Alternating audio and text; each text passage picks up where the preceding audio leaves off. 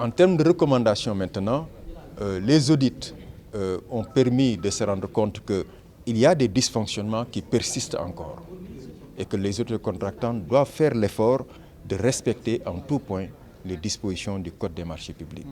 Cela va de soi parce que les économies à réaliser dans les marchés publics se trouvent réellement dans la transparence. Comment conforter le secteur privé?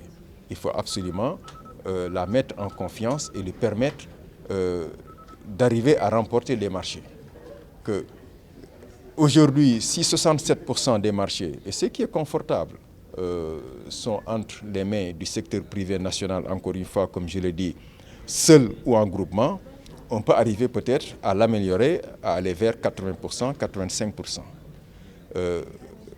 Les recommandations, encore une fois, il faut que toutes les autorités contractantes jouent le jeu correctement.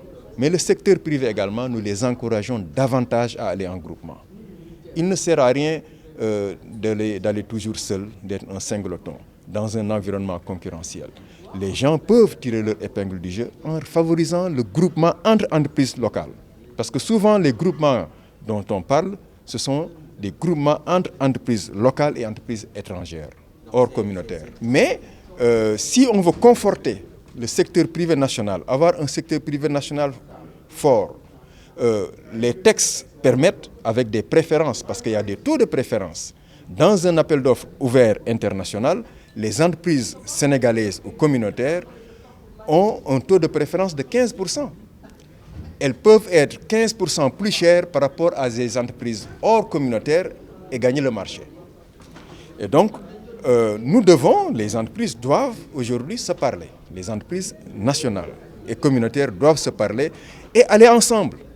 Si elles vont ensemble, il y a de fortes chances que l'année prochaine ou les années à venir, que 80%, 90%, 100% des marchés soient remportés par des entreprises nationales.